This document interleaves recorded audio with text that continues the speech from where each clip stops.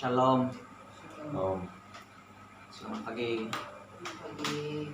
jemaat yang dikasihi Tuhan. Pada pagi hari ini kita bersyukur kepada Tuhan atas kasih dan anugerah Tuhan kepada kita sehingga kita dapat menikmati hari hidup yang baru.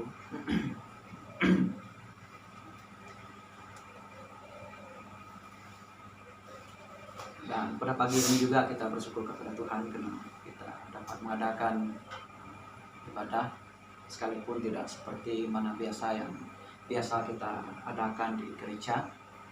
Namun itu bukanlah satu alasan untuk kita tidak dapat mengadakan ibadah di rumah kita masing-masing. Jadi pada pagi hari ini saya ingin membawa kita melihat di dalam Injil Yohanes.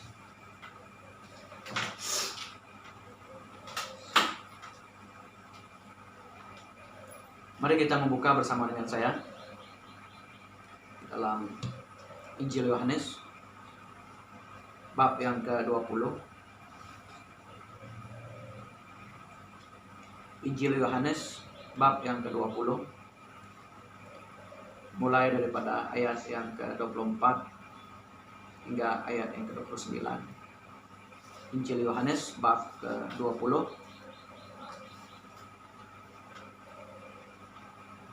mulai daripada ayat 24 hingga ayat yang ke-29.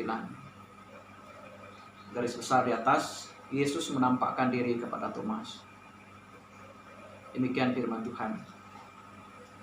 Tetapi Thomas, seorang dari ke-12 murid itu yang disebut Didimus, tidak ada bersama-sama mereka ketika Yesus datang ke situ. Maka kata murid-murid yang lain itu kepadanya, "Kami telah melihat Tuhan." Tetapi Thomas berkata kepada mereka, "Sebelum aku melihat bekas paku pada tangannya, dan sebelum aku mencucukkan jariku ke dalam bekas paku itu, dan mencucukkan tanganku ke dalam lambungnya, sekali-kali aku tidak akan percaya." 8 hari kemudian murid-murid Yesus berada kembali dalam rumah itu, dan Thomas bersama-sama dengan mereka. Sementara pintu-pintu terkunci, Yesus datang dan dia berdiri di tengah-tengah mereka dan berkata, "Damai sejahtera bagi kamu." Kemudian dia berkata kepada Thomas, "Taruhlah jarimu di sini dan lihatlah tanganku. Ulurkanlah tanganmu dan cucukkanlah ke dalam lambungku, dan jangan engkau tidak percaya lagi, melainkan percayalah." Thomas menjawab dia, "Ya Tuhanku dan Allahku." Kata Yesus kepadanya, "Karena engkau telah melihat aku, maka engkau percaya. Berbahagialah mereka yang tidak melihat namun percaya." Mari kita berdoa. Bapa di surga, segala puji dan syukur kami naikkan padamu Tuhan. Kebaikan dan pimpinan Tuhan kepada kami. Tuhan telah menjaga kami, Tuhan telah menyertai, bahkan Tuhan telah melindungi kami. Tuhan telah memberkati kami dalam segala keperluan kami. Dan pada saat pagi ini juga Tuhan, kami bersyukur karena kami dapat bersekutu bersama-sama, baik di dalam keluarga kami ataupun dimanapun Tuhan jemaat kami berkumpul pada pagi hari ini. Tuhan memberkati dan Tuhan hadir. Terima kasih Bapa di surga, terpuji nama-Mu, dan buat firman-Mu yang akan hamba sampaikan sebentar, kiranya Tuhan sendiri yang berbicara dalam hati kami lewat firman-Mu. Agar olehnya Tuhan iman kami dikuatkan dan iman kami diteguhkan. Terima kasih Bapa di surga, terpuji nama. Ini doa kami di dalam dan di atas nama Tuhan Yesus Kristus kami telah berdoa. Amin. Dari pembacaan firman Tuhan, saya mengangkat satu tema untuk renungan kita bersama pada pagi hari ini. Kiranya Tuhan memberkati kita lewat firman Tuhan yang akan saya sampaikan. Tema pengungsian saya ataupun tema khotbah kita pada pagi hari ini yaitu berbahagialah mereka yang tidak melihat namun percaya. Berbahagialah mereka yang tidak melihat namun percaya. Daripada teks bacaan kita pada pagi hari ini mengisahkan tentang Yesus menampakkan diri kepada murid-muridnya. Jadi apa yang terjadi di sini adalah ketika Yesus sudah bangkit dari kematian, dia menampakkan dirinya kepada 10 orang muridnya yang sedang berkumpul di satu tempat seperti yang terdapat di dalam ayat yang ke-19 hingga ayat ke-23. Pada penampakan Tuhan kali pertama, Thomas tidak ada bersama dengan mereka pada waktu itu. Thomas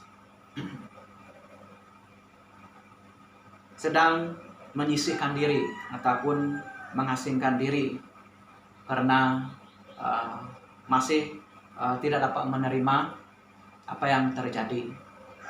Dia masih di dalam kesedihan karena kematian Yesus. Tetapi ada juga orang mengatakan bahwa dia memberanikan diri sehingga tidak takut berada di luar, karena pada waktu itu penganiayaan jemaat sangatlah berleluasa. Murid-muridnya, bahkan orang percaya pada masa itu dalam ketakutan. Apabila Thomas balik dan murid-muridnya yang di mana Tuhan Yesus telah menampakkan diri menceritakan kepada Thomas bahwa Yesus telah menampakkan diri kepada mereka. Namun apa yang terjadi setelah Thomas mendengar berita tentang Tuhan Yesus menampakkan diri kepada murid-muridnya lain, dia merasa dia berkata dia tidak percaya.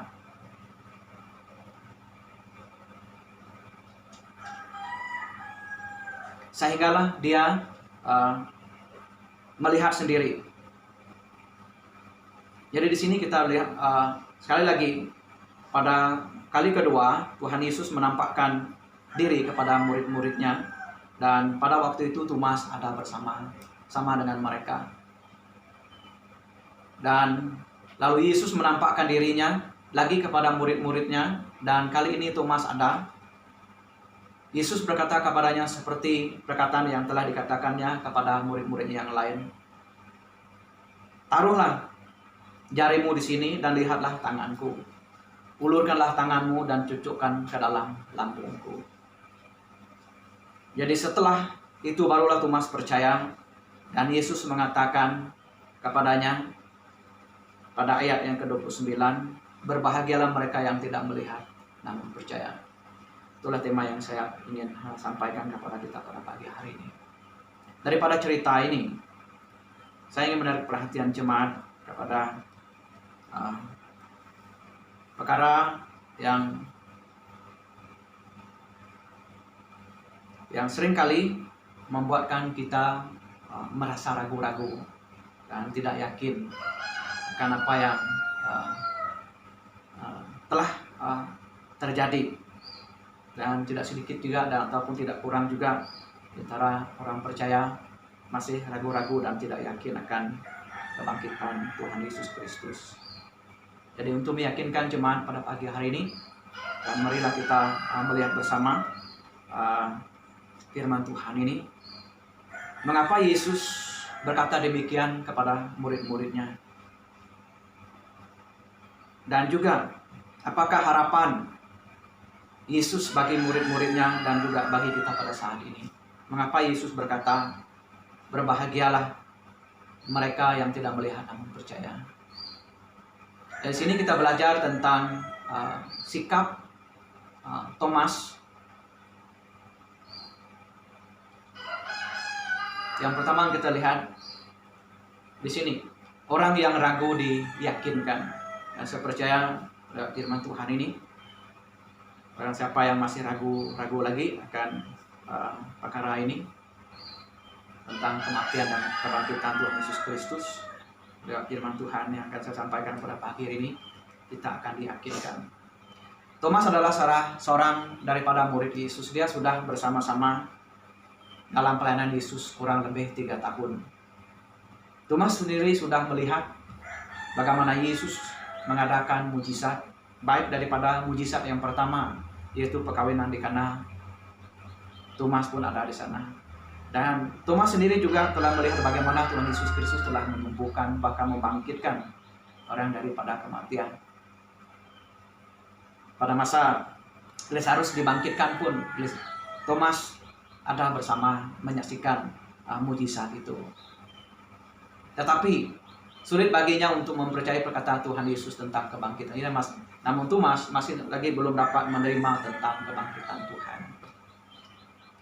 Ada beberapa perkara ataupun ada beberapa hal yang kita ingin belajar mengenai watak Thomas yang perlu kita tahu di dalam cerita ini. Yang pertama, dia telah berbuat kesalahan dengan menarik diri dari persekutuan bersama dengan murid-murid yang lain. Pada waktu Yesus menampakkan diri kepada murid-muridnya, dan itu tidak termasuk Yudas, karena Yudas pada masa Yesus menampakkan diri sudah mati.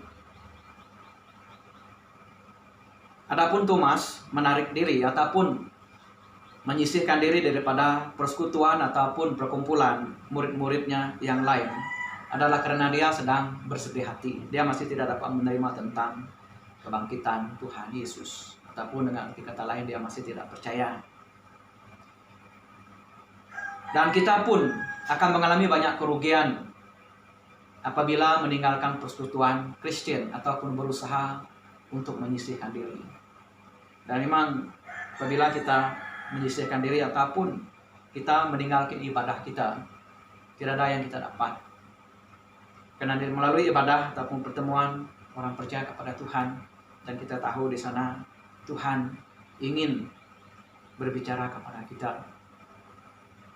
Seperti yang di dalam surat Ibrani bab yang ke-10 ayat yang ke-25.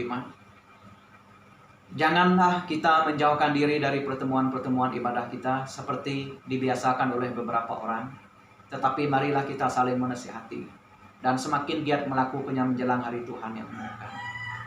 Krisis yang sedang melanda negara kita bukanlah satu alasan untuk kita tidak dapat mengadakan pertemuan. Sekalipun kita tidak dapat mengadakan kebaktian ataupun ibadah seperti mana biasa, namun kita masih boleh mengadakan kebaktian di rumah masing-masing. Sama ada kita seorang diri ataupun bersama dengan keluarga kita, dan kita percaya Tuhan ada bersama dengan kita. Jadi di sini sebaliknya kita akan mendapat pertolongan apabila tinggal dalam persekutuan. Karena kita tahu apabila kita menghadiri persekutuan atau perjumpaan, dan kita di sanalah kita saling mendorong, di sanalah kita saling melengkapi di antara satu dengan yang lain, menguatkan dan meneguh, menasihati dengan yang lain. Karena di dalam persekutuan kita, di sana kita dapat menyatakan bahwa kita adalah sebagai murid Tuhan Yesus Kristus. Dan yang kedua yang kita lihat mengenai watak ataupun sikap Thomas adalah dia adalah seorang yang jujur. Sekalipun pada suatu ketika dia menyisihkan diri, dia menyendiri, mengasingkan diri daripada murid-muridnya yang lain. Namun sikap yang Thomas yang harus kita contohi adalah dia adalah orang yang jujur. Ia tidak pernah memuaskan keraguannya dengan sikap berpura-pura keraguan. Itu tidak ada. Dia terus terang. Dia jujur. Selagi dia belum melihat, dia tidak akan percaya. Dia mengakui. Thomas harus mempunyai kepastian, dan sikap itu memang benar. Dia ingin benar-benar yakin. Dia ingin kepastian apakah benar Yesus telah bangkit daripada kematian. Dan kita juga harus mempunyai sikap yang jujur di hadapan Tuhan dengan membuat pengakuan.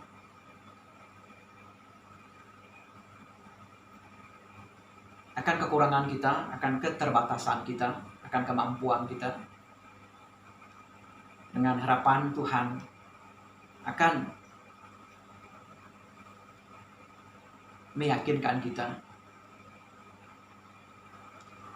Dan yang ketiga yang kita lihat mengenai watak Thomas yang perlu kita tahu adalah kebaikan lainnya adalah bahwa kalau ia sudah yakin, dia tidak setengah-setengah. Maksudnya dia percaya sepenuhnya kepada Tuhan. Tetapi yang kita lihat di sini, bagaimana Thomas setelah dia yakin, dia menyerahkan diri pada kepastian itu. Seperti yang dikatakan pada ayat ke-28, "Ya Tuhan dan Allahku." Dan dia dengan begitu yakin, dia begitu pasti dengan membuat pengakuan, "Ya Tuhanku dan Allahku." Dan itulah kepastian yang kita dapati daripada keyakinan di dalam diri Thomas setelah Yesus berkata kepadanya, ataupun setelah Yesus memperlihatkan jari dan rusuknya yang telah ditikam dengan tombak. Dan yang kedua yang saya ingin lihat dan bahwa kita lihat dalam firman Tuhan ini adalah hidup bukan karena melihat tetapi percaya. Inilah yang Yesus maksudkan mengenai perkataannya kepada Thomas. Thomas, engkau harus melihat dengan mata kepalamu sendiri untuk percaya, tetapi harinya akan tiba bahwa orang akan melihat dengan mata iman dan percaya. Jadi di sini kita dapat melihat seperti apa yang dikatakan oleh Tuhan Yesus kepada Thomas. Dan demikian juga dengan kita. Sekalipun kita tidak melihat, namun kita percaya bahwa Yesus benar-benar telah bangkit daripada kematian. Seperti kata Rasul Paulus kepada jemaat di Korintus, 2 Korintus 4 ayat ke-5 ayat ke-7, sebab hidup kami ini adalah hidup karena percaya bukan karena melihat. Dan ini Paulus juga membuat pengakuan. Dia percaya bukan karena dia melihat, tapi oleh imannya yang benar-benar yakin bahwa Tuhan Yesus telah bangkit daripada kematian. Sebagai orang yang percaya kepada Yesus, saya ingin mendorong jemaat yang dikasihi Tuhan Yesus Kristus. Sekalipun kita tidak pernah melihat Yesus secara nyata di dunia ini, tetapi iman kita kepada perkataan firman-Nya itu lah yang menjadikan kita percaya walaupun kita tidak melihat. Kita percaya karena Tuhan Yesus sendiri telah berfirman kepada kita, di mana kita harus percaya sekalipun kita tidak pernah melihat Dia. Kasih dan pertolongannya dalam hidup kita menyebabkan kita percaya kepadanya. Dan itu sudah cukup sebagai bukti bahwa Yesus benar-benar bangkit. Sekalipun kita tidak pernah melihat Dia, tapi kita pernah mengalami pertolongan Tuhan. Kita pernah disembuhkan oleh Tuhan. Dan Tuhan juga pernah menyelamatkan kita dari bahaya ataupun dari segala sesuatu yang telah menimpa kita. Dan kita benar-benar yakin dan benar-benar percaya bahwa Tuhan ada di setiap waktu dan di mana tempat kita berada. Kita disebut berbahagia karena kita percaya kepada Yesus walaupun tidak pernah melihat Dia. Haleluya. Kita sungguh berbahagia sekalipun kita tidak pernah melihat Dia, tapi kita tahu bahwa Yesus pernah ada dan wujud di dalam kehidupan kita. Oleh Dia kita hidup dan oleh Dia kita telah diselamatkan. Untuk mengakhiri khotbah ataupun pengungsian kita pada pagi hari ini, dan saya ingin mengajak jemaat yang dikasihi Tuhan Yesus Kristus, marilah kita mempertahankan iman kita dan percaya kita kepada Tuhan Dan percaya kita kepada Tuhan Yesus yang akan memimpin kita kepada kebenaran yang sesungguhnya, yaitu hidup kekal bersama Yesus di surga. Yohanes 14 ayat 1 dan 3. Tuhan, aku percaya, tolonglah aku yang tidak percaya ini.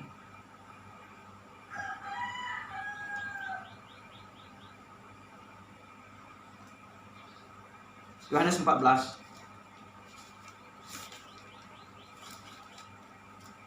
ayat 1 hingga ayat 3. Janganlah gelisah hatimu, percayalah kepada Allah, percayalah juga kepadaku. Di rumah Bapakku banyak tempat tinggal. Jika tidak demikian, tentu aku mengatakannya kepadamu. Sebab aku pergi ke situ untuk menyediakan tempat bagimu. Dan apabila aku telah pergi ke situ dan telah menyediakan tempat bagimu, aku akan datang kembali dan membawa kamu ke tempatku, supaya di tempat di mana aku berada, kamu pun berada. Jadi dengan keyakinan iman, dan kita percaya bahwa Yesus akan memimpin kita kepada kebenaran yang sesungguhnya, yaitu hidup kekal bersama Yesus Kristus di surga. Dan apabila kita mulai ragu-ragu, kalau masih ada keraguan di dalam hati kita tentang perkara ini, tentang kebangkitan Tuhan, dan kita boleh berdoa kepada Tuhan dengan mengatakan, Tuhan, aku percaya, tolonglah aku yang tidak percaya ini. Markus 9 ayat 24. Jadi sekian firman Tuhan. Tuhan Yesus memberkati. Mari kita berdoa. Haleluya. Bapa di surga, segala puji dan syukur kami kembalikan padamu Tuhan, atas pimpinan Tuhan kepada kami dari awal, pertengahan hingga selesai ibadah kami pada pagi hari ini. Tuhan, kiranya Tuhan memberkati firman-Mu ini dalam setiap hati yang mendengar firman-Mu ini, agar kami dikuatkan dan agar kami lebih banyak mengenal tentang kebenaran akan Engkau ya Tuhan. Terima kasih Bapa di surga, terpuji nama-Mu. Sekalipun hamba-Mu telah berhenti berbicara, biarlah firman-Mu terus berbicara dalam hati setiap anggota jemaat. Biarlah firman-Mu Tuhan mengambil tempat dalam hati mereka. Terima kasih Bapa di surga, jika ada di antara jemaat kami yang dalam kelemahan tubuh, Tuhan sembuhkan mereka yang dalam pergumulan dan beban berat. Kami berdoa Tuhan, angkatkan beban dan masalah hidup mereka. Terima kasih Bapa di surga, terpuji nama-Mu. Di mana jemaat akan mengikuti siaran ini, Tuhan berkati mereka. Terima kasih Bapa di surga, terpuji nama-Mu. Ini doa kami di dalam dan di atas nama Tuhan Yesus Kristus kami telah berdoa. Amin.